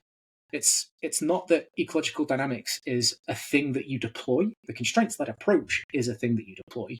But ecological dynamics is a theoretical framework that can't live.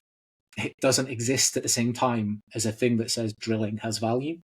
So Yeah, it's and I don't think anybody would listen to you saying that and like think that you were saying anything negative about Mike. Like I think, that's a normal thing where people when they have an idea and then they change perspectives. I think that's a very normal feeling that people have yeah. with that. And the other thing I suppose would be to understand that the discussion carries weight. So it's not that you're just discussing ideas. I've made the mistake previously of pointing out that the way that people coach is shit. And they don't hear that as the techniques that I am using are suboptimal. They hear, I've done this for 30 years and you're telling me I'm crap at it. Yeah. Which is a really, really difficult thing to be able to negotiate. You're essentially telling some, and there's no way of sort of not doing this, but what you're saying is the thing you have done, I think, is wrong. And I think that you have done something that isn't the best for the students that you have been working with. And Yeah. that is really painful to hear. Like, it's And that's one of those things that shuts the wall of discussion down very quickly. absolutely, like, it's one of the things Yeah. that I'm aware of myself is me of 20 years ago let down the kids I was working with because I didn't know the stuff I know now. In 20 years, I'm hoping that I'm going to think, oh, I let down the guys I was working with now because I have improved as a coach. So as long as we're aware that we're on, it sounds like I'm on a reality TV show. As long as we're aware that we're on a journey as a coach and it's not the opinions we have now are unfalsifiable, it is 1,000% right. I am absolutely open to the idea that I am completely and utterly wrong, that my understanding of the literature is incorrect, that the people I've been reading are wrong, and in 10 years' time, something's going to come out and it'll show that my position is incorrect, and I'll be devastated, but I'll change my mind. Like, as soon as a compelling argument comes along that convinces me that the position that I once had is probably wrong, I like to think that I'm honest enough to go, oh, whoops, sorry guys, and I'll change my opinion. Like, I'd rather be Well, right I think than Yeah, and I think that's an important thing that people like when I listen to your interviews, and this is something, when I've talked to Mike before too, I feel that that's something that you both have in common is that if, there is that intellectual honesty where, if compelling evidence, you are able to be convinced. It's not that you're like going to die on this hill forever no matter what is shown. And I think what that does is it shows people that you can be trusted because the things that you say are just the things that the best evidence that you have available to you indicate instead of like I'm on this team therefore I got to believe this, or I'm super into this brand, I'm excited about the eco brand of stuff and therefore I'm going to push this. It's that this is to the best of your understanding and to the best evidence that you have available to you what is being indicated to you. But if something strongly enough counter indicates against that, then you'll change your opinion because you're going where the evidence goes and where that goes instead of other things. And I think that makes you trustworthy, oh, well, thank you. which I think is no, it's true. I mean, but I think that's kind of what I was getting at with the online discussion stuff is that there are so many things that muddy the waters of online discussion that make it really hard to listen to people who have a very like you don't know if somebody would have that same intellectual honesty to change their opinion given strong enough evidence in a different direction. And so when you can't really trust that to be true with somebody, it makes it really hard to listen to them because then you're like, well, I mean, do they believe this because all their friends believe it and it just sounds super cool? Or do they believe it because they want to be edgy and different and like the cool guy that knows something that nobody else knows? Or are they being honest about it? And so I think that's kind of, what I wanted to drive home with this last part of the talk that we all had today was just that intellectual honesty and good faith discussion kind of approach is such a good like palate cleanser for like that whole style of argument that happens online. And I really wish more of this kind of stuff would happen. Yeah, here. It's Cool. is the danger. I think BJJ as a sport in general tends to attract people that are a bit cultish. yeah, it's the new CrossFit vegan hemp jumper wearing. There's a lot of that, and Yeah. again, I've no issue with. Look at my beard. I'm obviously one of those types of people, but it does turn into an identitarian thing, and it's I am part of the eco bros. And again, if there's a hoodie, I will wear it. Like I'm perfectly fine with that kind of stuff. But Yeah. it's not conducive to like effective discussion if you are so sort of entrenched in your position that anyone like putting forward a different opinion feels like an attack. Yeah, and I hopefully I come across as though I don't take it as a personal attack, unless they're a Yeah, I dick. don't get that sense. No, I mean, I think like it's interesting because for me, and I think I'm, in the same shoes as a lot of people. Like I'm a jiu-jitsu coach. I've been coaching for a very long time. Like I go where, like I'm here to do the best by my students. That's my goal. I don't care about sounding smart. I don't care about, you know, impressing people with anything or being part of a brand or whatever. I'm just going to do whatever is going to be the best for my students based on what their goals are. And I think there's a lot of stuff that resonates with me with the ecological approach and with constraints-based learning in particular. There's a lot that I don't understand. There's some things that, resonate with me with a more information processing kind of approach. And I've talked to Mike a lot about this kind of stuff and I've gotten a lot of value out of that too. And I think the big thing is just that I try really, really hard. Like I have a lot of friends that are involved. Like we know Jacob, he's a really good dude, and I like talking to you. I like talking to Jacob, and I like talking to a number of the people who are firmly embedded in an ecological dynamics approach. And I feel like I have to be a little careful with who I talk to too much about this stuff because I don't want to become too biased, and I want to make sure that I'm careful not to I'm not saying that there's a huge echo chamber in ecological dynamics, but I think that anytime there's a group of people, whether it's skateboarders or, uh, people on the political left, people on the political right, like I think that when there's enough people that get together that all have the same kind of ideas, I worry that maybe my perspective will get too biased and it'll be hard for me to see outside of that sphere. So I try to be careful. Like I feel like I can talk to you. I feel like I can talk to Jacob. I feel like there's a few other people I can talk to about this stuff and still get good faith discussions and not get my judgment clouded and still be able to see clearly as clearly as I can.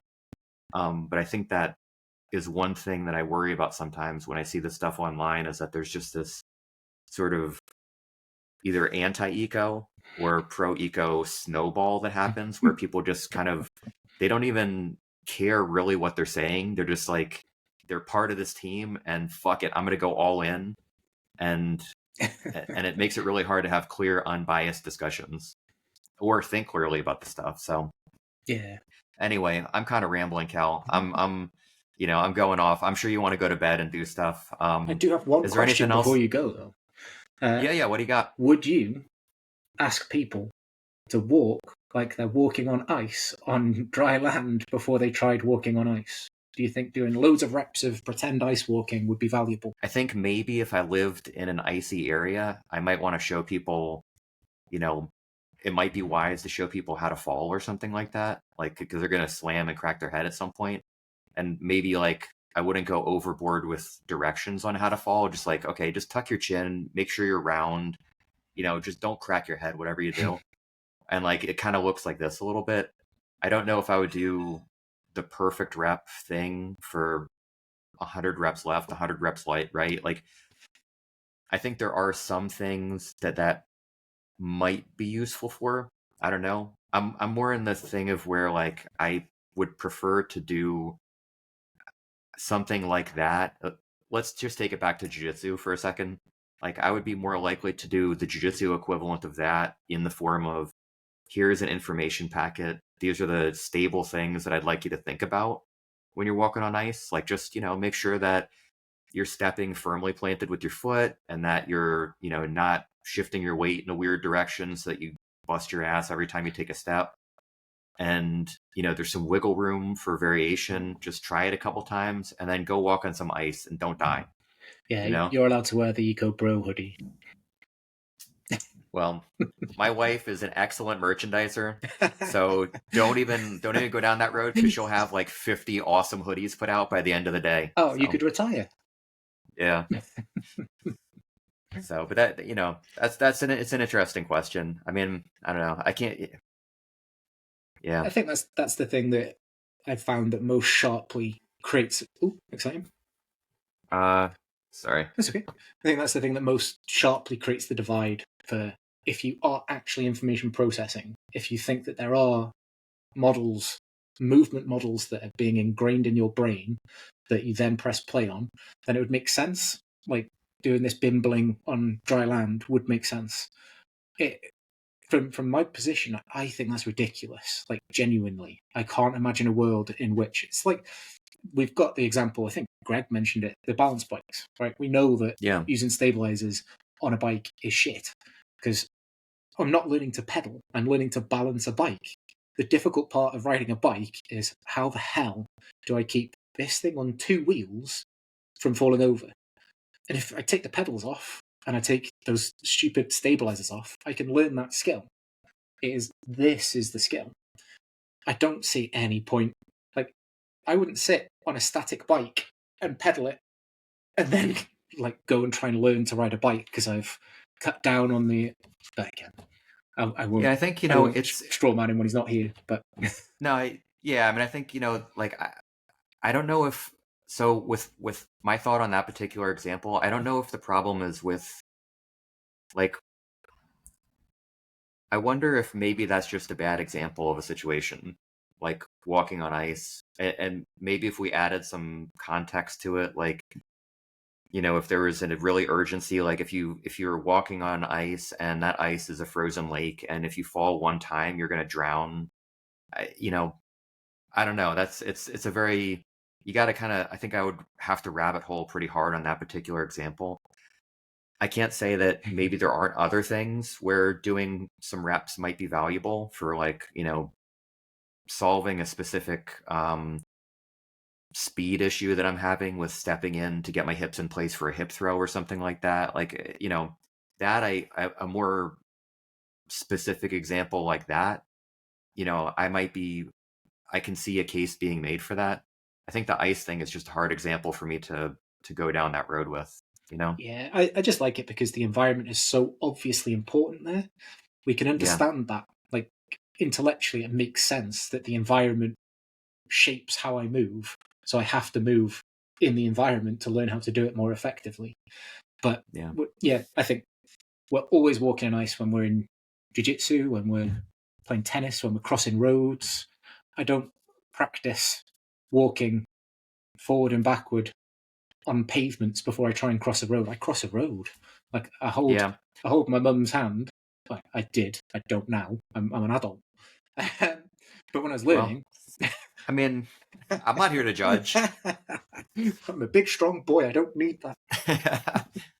I mean, with skateboarding though, so that's an interesting example because with skateboarding, when I was a kid growing up, if I was going to try to do like an ollie, which is when you take the skateboard and you make it jump off the ground like this and go back down. When I was learning how to do that, I would do it on the grass so that I can get used to pushing down on the grass, trying to pop my foot up, trying to drag the board off the ground.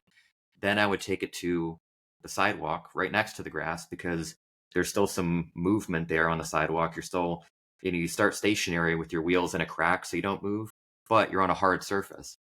But if you fall, you're going to fall on the grass. And then you start trying pushing down the sidewalk next to the grass. So you kind of scale up from there. And then still, you're rolling, but you're close enough to the grass where if you try to ollie and you mess up, you're going to fall on the grass and not die. And then once you get some confidence, then you try it, okay, now I'm going to stay on the concrete and do it. And I think, that is how I learned to skateboard, was just by doing it on the grass enough times where I was comfortable, then taking it to a slightly more difficult situation and less, little bit less safe, and then a little bit less safe, and then started getting to the dangerous area. So that might be an example of something similar. Yeah, so that's a great example for the environment being invaluable, right? So all you're doing is you're shutting down the amount of stuff you have to attend to, but the information is still present. I'm still jumping a skateboard. I'm not doing this with no skateboard. Like the environment in that moment is manipulating the object in front of you. So Yeah. you're doing it in a less representative. You've slid down the scale of representativeness, but it still is representative enough. There is still information that has that specifying property that you're learning to attune to, and then you can scale up and scale down. You've not gone so far outside of representativeness that you're just pretending to walk on ice on dry land, or just jumping and pretending that you're ollieing. I think that sort of stuff has no transfer. Well, I'll avoid saying no transfer. Has very little transfer. So little transfer as to be ridiculous. Yeah. I mean, I can't remember. I don't remember exactly what Mike said about the ice thing, but do you feel like maybe that point about skateboarding might have been kind of what he was getting at, or was that, am I remembering it differently? Oh, I don't know. Well, I think from my understanding of what he had said, he was saying that he thought the value would be that you're ingraining the action of how you would walk on ice. That the schema of the motor program, the bit that he's grooving, becomes more grooved from doing this shuffle on dry land before going on ice. Again, if I'm wrong, I wholeheartedly apologize, but that was the understanding I had from him. I gotcha. Yeah. Oh, excuse me. Yeah, super interesting stuff. Was there anything else that you were thinking about before we take off, or? No, not really. It was, I thought, quite a productive chat. Yeah, I thought so too, actually. I thought, I knew you guys would get along pretty well because you guys seem to have like a, pretty lighthearted kind of vibe about you both. Yeah, I'm glad you thought that was productive. I thought so too. And I'm gonna edit it and just make you both look terrible. And that would be hard. I'll make myself look like the true star of the show. So as well you should. All right, Cal. Thank you. All right, Cal. Well, I don't want to keep you too long. I appreciate you sticking around for this. Yeah, I'll let you know when this is going to come out. And do you have anywhere that you want viewers to follow you, like Instagram or LinkedIn or X or anything like that? Yeah. So on Twitter, never X, I'm Cal Jones Judo. And then my Instagram, I think, is Cal W Jones. But yeah, I'm on those things. I've been told that I have to actually advertise that I do stuff as well. So I do offer consultancy work. I work with a number of coaches across the globe, helping them with their session design. And I work with a couple of athletes, helping them because the clubs they're in aren't especially ecologically minded. So I help design some practice tasks for them. Yeah, I mean, Jacob speaks very highly of what you do. So Oh, good. I mean, people that I know have loved what you're doing. So if you're thinking about going this route with consulting with Cal, definitely he comes well recommended. Oh, it's very kind of you to say so. Cool. All right, Cal. Well, I'm gonna head out. I'll talk to you later. Smash him. All right. Thanks, brother. Have a good one. All right. See you now. Okay. Bye.